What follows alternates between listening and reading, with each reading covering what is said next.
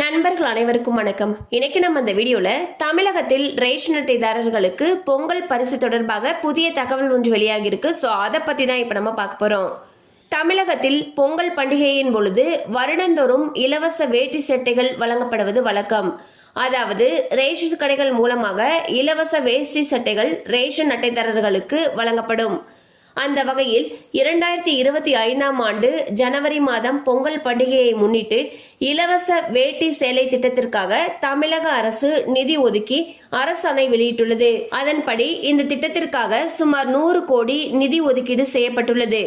அதன் பிறகு சுமார் 1.77 கோடி சேலை மற்றும் 1.77 கோடி வேஷ்டிகள் தயாரிக்கவும் அரசாணை பிறப்பிக்கப்பட்டுள்ளது.